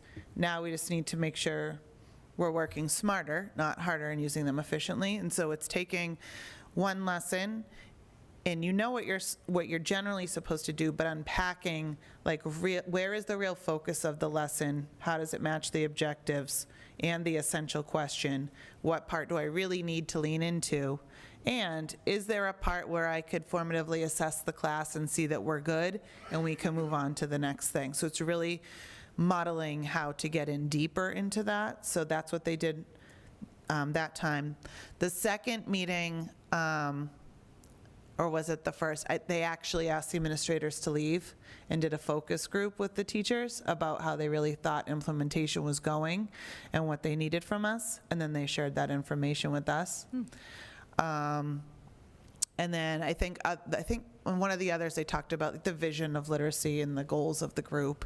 So the idea is the grant's 1 year, that when the support falls off, the team continues. Okay. And just the last, I'll wrap it up with the MTSS. What is the organizational structure there? And is it across the district for all schools? MTSS? Yeah. I'll talk about that one next. Oh, that's objective 2. Yeah, Sorry. that's okay. Sorry. And member, Thanks, guys. Thank you. no problem. Member Donovan? I really just want to comment, you mentioned that teachers may be working with their colleagues modeling classes, and I really am impressed with that. I hope we can continue that or expand upon that. I know it's hard for coverage, but when you think about how teachers really want to see that exemplary classification on their evaluations, and you really can't get there unless you model you model for other colleagues. So I'm thrilled with that. And congratulations if you can work out the coverage, because that's a lot. That's the trick of it. We're going to have several opportunities for that. Yeah. But I think it's also reaffirms when teachers see other colleagues do it, that what they're doing is really good as well and Right. on the right track. So I think sometimes, helping to solidify that in their minds is helpful. And it shows how we value the work of our staff. So I appreciate that. And just the grouping, you talked about grouping, and I'm always going to ask, is the grouping, now that you're talking with CKLA and the recommendations, it's flexible, obviously. Is it within the classroom, or is it where you go outside again in the classroom? Okay, thank you. Yes, and that's coming up in the next objective too, because now there's that consistent piece of exactly what should be happening in knowledge and in skills to build those foundational skills. Okay. Thank you. I just want to say thank you for adding the high school data, because I know I sound like a broken clock about it, so I really appreciate that it's here. Thank you.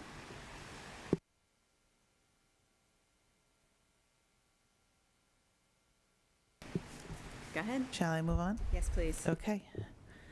All right, objective 2, reducing achievement and opportunity gaps between student groups to ultimately improve outcomes. I just highlighted a few pieces there in terms of our key actions and what we've been really focused on this year. So I will talk about a nice segue, the redesigning of the school day schedule essentially for K-4, because that does promote the opportunity piece and the equity. And then I'll get into our work with MTSS, share a little bit about the Cascades platform, which we're excited about, and give some programmatic updates. So I just spoke briefly about this with Member Donovan, but we readjusted the master schedules for K through 4 to allow for the minute requirement that's suggested by CKLA to reduce another barrier. And so we have students in grades K through 3 spending essentially 120 minutes a day in their literacy instruction, half of that being knowledge building of their ELA program, the other half being foundational skills. And so the foundational skills piece, although we did use a program before, when we found that when students were switching for different reading success groups or working within their own classroom, there was an element of inconsistency between classrooms and grades because there's so many resources and options, and it's hard to really track what students need. So we really like that all students have that designated structured time that we know is rooted in the science of reading from CKLA. And I think once teachers have gone through the program one time, it feels unfamiliar at first, but then they'll gain familiarity with that as well. So the win block is the time where we're trying to lean on reading specialists to the extent possible, and there are occasions we need to pull from the skills as well. And then in grade 4, I just wanted to highlight that knowledge and skills lessons are integrated, and so the recommendation there is that they have 90 minutes of their school day dedicated to that work, and then the win block is where they receive their support, and I should say also in both K through 3, support or enrichment, because there's a significant number of students who require the enrichment as well. Okay, so we have quarterly MPS leadership meetings, and the focus or theme of this year is strengthening MTSS.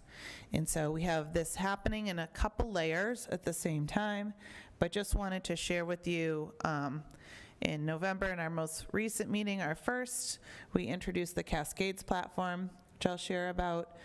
And then in our January meeting, we hope to launch Cascades and share the work of the revisioning team, which I'll also describe.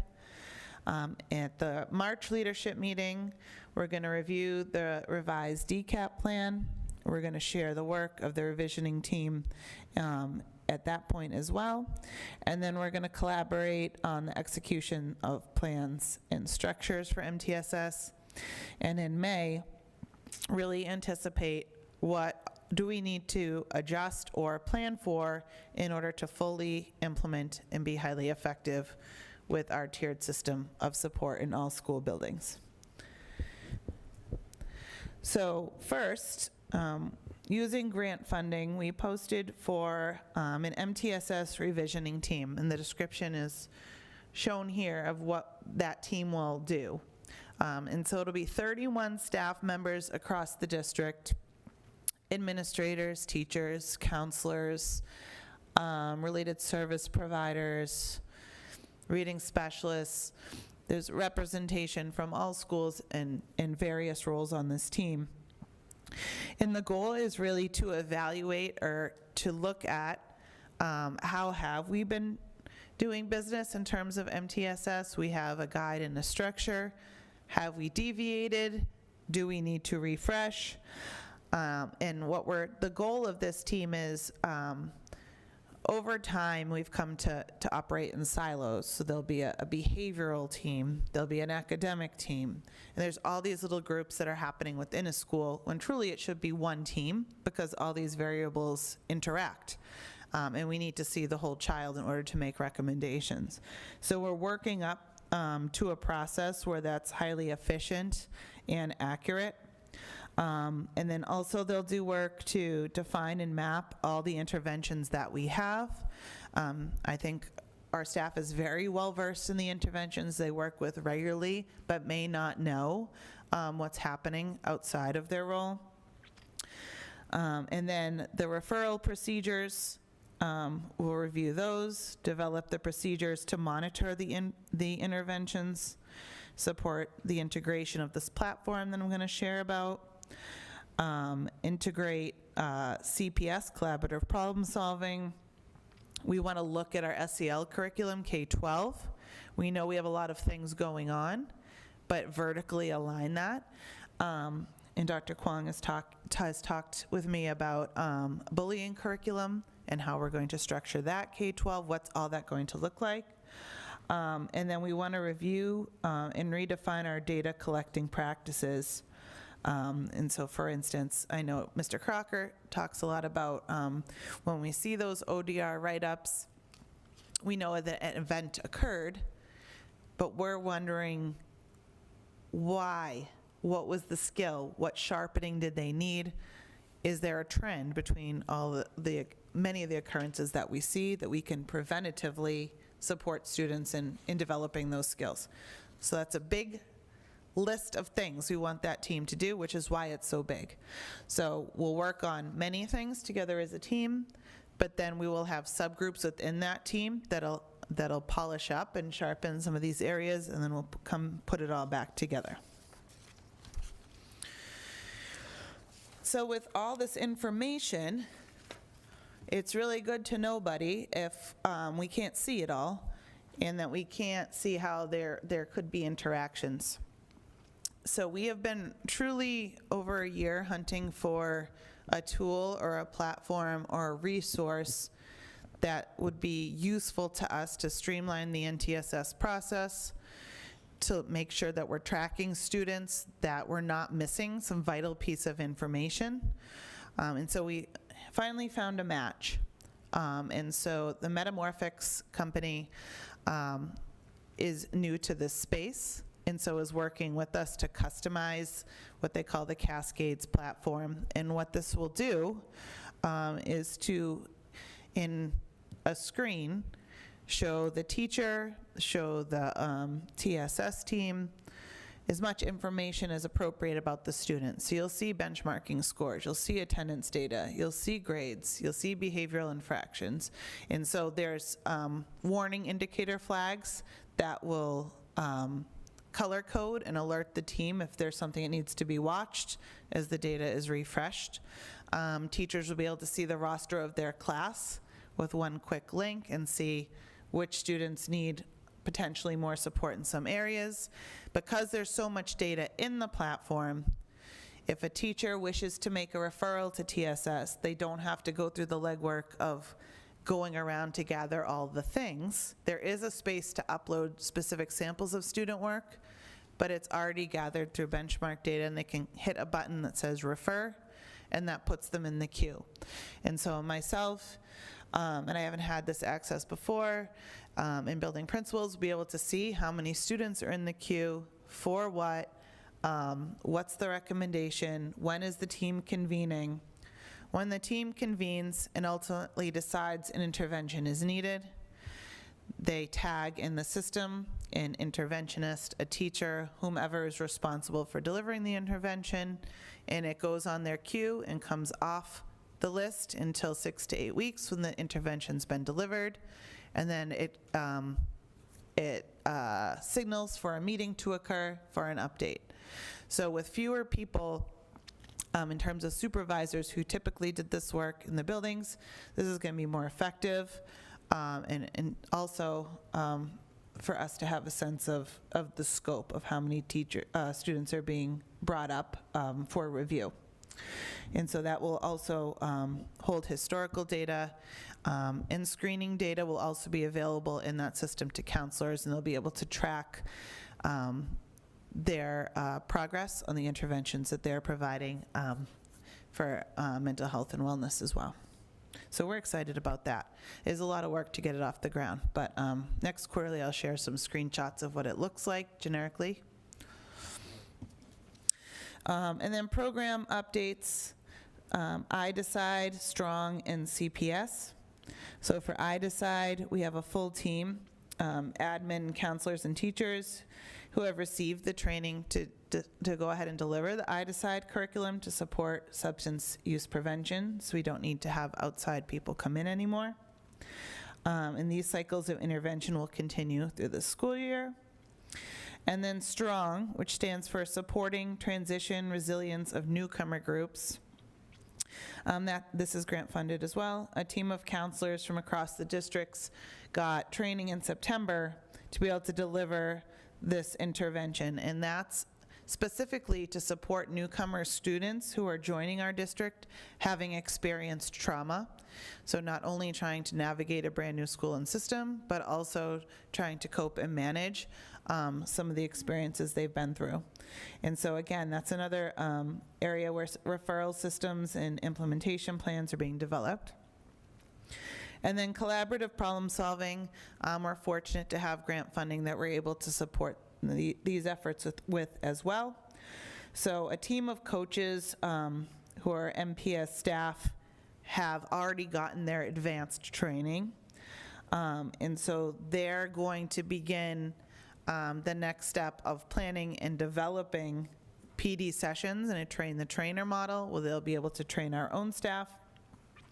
And they'll be engaged in the work of the revisioning team as well. So we're trying to build capacity in that area too. Objective 2.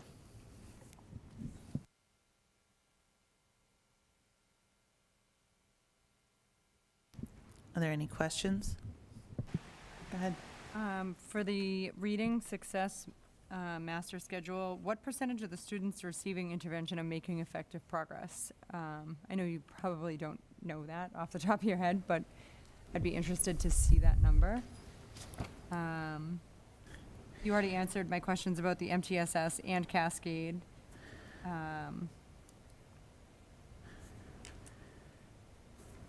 And program updates, so I'm good, thank you. I have a question. As far as Cascades goes, I know one of the comments that I've heard from teachers a lot is that if a kid gets referred at the end of the year, they don't get their interventions, and then they have to wait a certain amount of time the next year before they're allowed to get the referral again, et cetera, et cetera.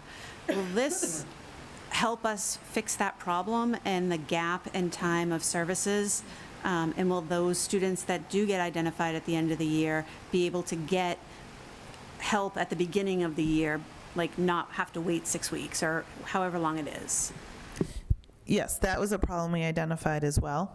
And so that will expedite that process. So it'll be an ongoing living program. So at the start of the school year, you'll be able to pull up where we left off. You might need to assign a new teacher or interventionist to oversee that particular work, but that will stay with the student. And one piece I really like about this tool is it charts really clearly when the intervention began and ended, and then whatever aspect of the student has improved over time. And so it'll map whether it could be due to that intervention or another variable, and then it will try to figure out what that is. It also supports the intervention team at the conclusion of the meeting deciding what is next. So we have our offerings in Methuen. This program will also suggest other pieces too that might be useful for the student, and building in some AI features too, that of course we'd always vet, but trying to draw on technology to support students. And will this, let's say the student has their intervention and they're still behind, is there a way to automatically refer for special ed testing? Yes, so if the student's not making progress, after we've been through an intervention, and maybe you need to try a different type, or maybe we misdirected where that target should be, but eventually if it does need to go to special education, yes, absolutely. Thank you. Any other questions? I just want to apologize. I was at the pinning ceremony for our newly promoted firefighters tonight. Good to be here with all of you now. And also last week I had the flu, so it's been a very eventful week. But here we are. Any other questions on this objective? If not, we'll move on to objective 3. Okay, thank you. Objective 3, to enhance partnerships with students and families. So here I wanted to highlight our work with the MPS Portrait of a Learner. Again, talk about the extracurricular involvement that we're trying to increase. Extracurricular offerings and field trips at grammar schools, and then the Mental Health Parent-Student Advisory Council. So first I'll say Portrait of a Learner is same as Vision of a Graduate. Those titles are used interchangeably, but we thought Portrait of a Learner would be more appropriate for us. So this was a recommendation of NEAS to develop Portrait of the Learner, which we knew that we needed to do. Our original plans got sidelined with COVID. Then we got up and running. Then we developed our plan to create this portrait at the same time that the State Council released the Massachusetts Portrait of a Learner. And so other districts, when they were developing theirs, didn't have to wrestle with trying to align or match the states. But it's almost nice that we're doing ours in tandem. So in September and October, we first tried to figure out, and this was a model that Newburyport used, and also Nipmuc regional schools. They're kind of the gurus of Portrait of a Learner, Vision of a Graduate, and this is a model that they recommended as well, so we followed it. We surveyed staff, students, community members to identify just central words that were important for what they would expect graduates to know, be able to do, embody. In other words, we're looking to identify what are the competencies that we're going to ground this portrait in. And so interestingly, I'll just give you some highlights since I'm not sharing all the survey results, but respect came up as a really important word in all groups. And then there were some differences between staff and parents and students, but generally it came around some themes which seemed to almost align with what the state was suggesting. But that's not the work for us to do, or for me to do, is to take the survey and decide what we're going with, because it's supposed to be more organic than that. So we had the working groups on October 24th, and our NEAS chairs, Ms. Dumont and Ms. Moore, with the help of Ms. Grant, facilitated these working groups where we had parents, students, community members come in, shared the survey results with them, and asked them to make sense of it, and to try to figure out, were there themes, were there categories, what did they think would be the most important words to include, while also accounting for the survey responses. So both groups were very similar. There was a couple differences between them, but their job was to whittle it down, which they did. And then in November, we posted for a Portrait of a Learner committee, which would be MHS teachers. And all the districts I've spoken with, they said administrators really need to take a step back and have it be teacher-led, community, students, and then we live in it when it's complete. So what the Portrait of a Learner committee is tasked with doing is they're going to facilitate some workshops to put teachers through on December 15th and in January in lieu of some of their meeting time. And they're going to ultimately come up with, okay, we have the words and the competencies. How do you define that? because effective communicator, for instance, might look really different from your definition and mine. So we're looking for an operational definition that's aspirational but realistic. And so they're going to help facilitate those workshops for staff. They're going to contribute to the design. We're going to have students help with the graphics eventually. Once it's developed, we need a rollout plan for how we're going to publicize and market, which students will be included in, of course, as well. But then we need to think about how we're going to ground our work in the high school in this portrait. So that team will come into play later as well. So I just alluded to the workshops.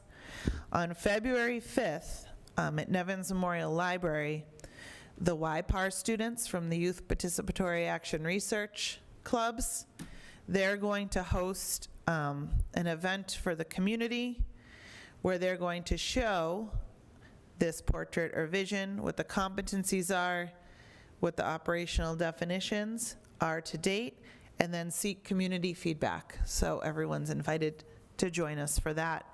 And then we're going to, during the day, practice with the YPAR students with our Up for Learning groups and do a workshop model with them.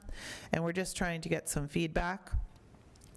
And eventually, it comes to the school committee in the spring with the formal presentation of all of our steps. And ultimately, that's would be for your approval. So that is our progress and updates on the Portrait of a Learner. The extracurricular involvement, last year, if you remember, we started with getting baseline information on students in Infinite Campus under the programs tab, so we can tell what students are involved in, and to then look at how can we get more students involved? What are barriers to participation? Are we needing to offer different things or let students know that they can create different opportunities if need be? So there was the Club and Activities Fair. This was another idea of the YPAR students that was held during the school day, and students went through cafeteria, almost like a science fair model, and heard what there is to offer. Where do we meet, who the advisors are, to try to inspire some more participation. There's also the Winter Sports Information Night that was recently held for students and families. And we have several grammar school clubs up and running. I listed some of them here. And then the play ball was offered in the fall, soccer, volleyball, and wiffle ball to upper school students. And there were about 500 upper school students who took part in that, which was really great. And then finally, the Mental Health Parent Student Advisory Council. So this is shared from Mr. Crocker. So there's recruitment of additional parents and caregivers and high school students, and they've engaged in outreach to the grammar schools and the upper schools to give them the opportunity as well. And then the Connections program at the high school is the periods of time where the school day stops and the whole school delivers a common lesson. We call it Connections. Some schools may call it advisory program, but the high school students are developing lessons for that time that center on mental health literacy, reduce stigma, and to generally improve social emotional competence. So the Connections time was one of the segments where we asked students to complete the Portrait of a Learner survey and to give feedback, so things like that. So we're leveraging that time. And then professional development and training sessions for staff and families are being planned around the idea of reducing stigma. There's a mural sponsored by the council that was completed this summer that's in the MHS main hallway, if you want to take a look at that. And then we have some other interesting things to add to Q2 that we haven't executed yet but have planned regarding Objective 3, so I look forward to that. And I believe that's the last slide. Vice Chair. So two things. One, I want to mention that the activity fair was also done during open house for parents, and it was fantastic, and I hope that that stays as a regular thing, because parents were, there was so many positive feedbacks from parents, like, we had no idea this existed, and oh, my kid would love this. And the kids just weren't bringing that information home. So that was really helpful at the high school, and I wonder if that could go to the middle schools also, so that the parents have a way of knowing what's being offered, because again, sometimes the kids just don't come home and tell you. And so just because it was such a good feedback, even though there was a fire drill in the middle of it. But, you know, it really was, there was so many positive feedbacks walking through that room and coming out of that room, hearing it from parents. So I just wanted to encourage that to stay and possibly go to the middle schools. And then for the next time, when it comes to the mental health stuff, the SEL stuff, I'd like information on the mental health screeners. Specifically, if you have kids who are below grade level reading and don't understand the questions, how are we figuring out if they're real answers or not real answers? And that would also pertain to English language learners. How do we know that those students are actually understanding the questions to be able to answer them? And how do we make those determinations? But I don't expect that answer now, but that's just for next time. That's all. Okay, thank you. Member Maxwell? Both really great questions. I noticed that in the extracurricular involvement, there are no K through, I don't want to say 5, but K through 4 clubs. Do you have a list of those that are offered, or do we offer?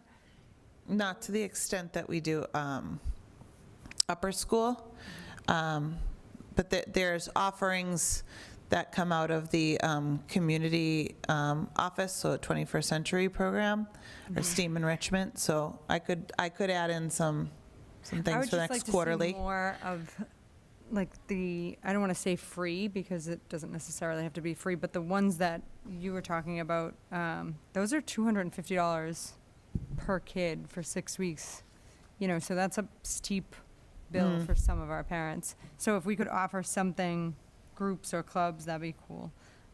And which field trips are being planned or have already been taken this year? Yeah, there's actually quite a few. Pull up my spreadsheet right here. I know grade 8 band is going, the House of Blues puts on during the day educational programming. So the grade 8 band students are going there December 2nd, and they're going to hear like a blues workshop. It's like Schoolhouse.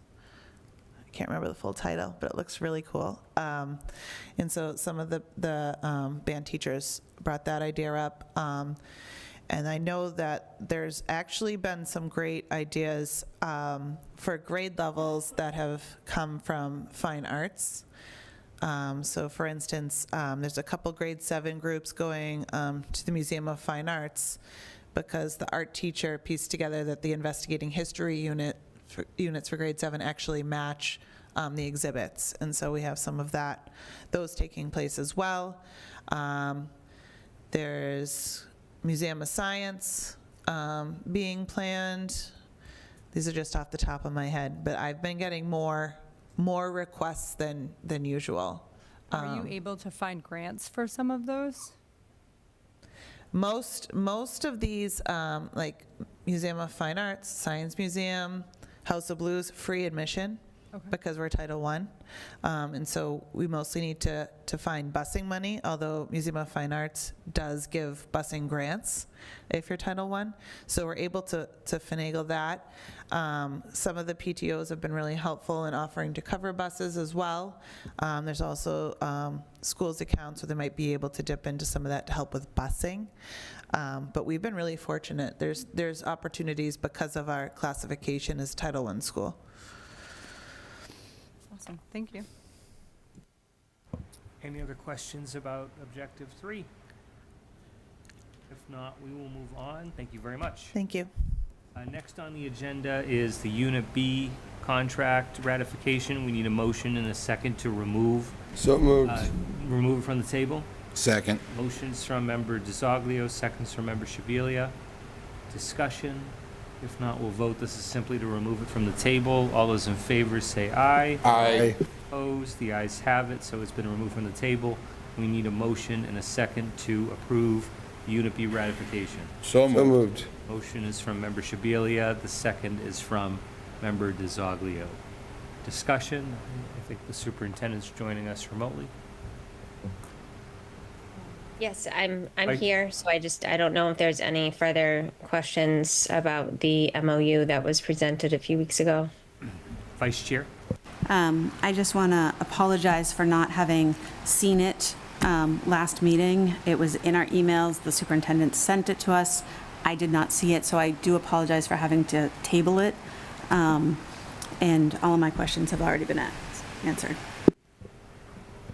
Any other questions or comments? If not, we'll vote. All those in favor say aye. Aye. Opposed? The ayes have it. Do we have any other business from the committee? Mr. Chairman, Member Willett? just a quick thing. I went to a recent function with parents. They had broached the topic of Class List, the app, and the feasibility internally of working with the school administration and the parents to have the Class List app. Maybe at the next meeting, we could have a formal report from the superintendent and the administration on the feasibility of promoting it amongst the parents, the Class List app. Yeah, thank you. Thank you. Member Maxwell?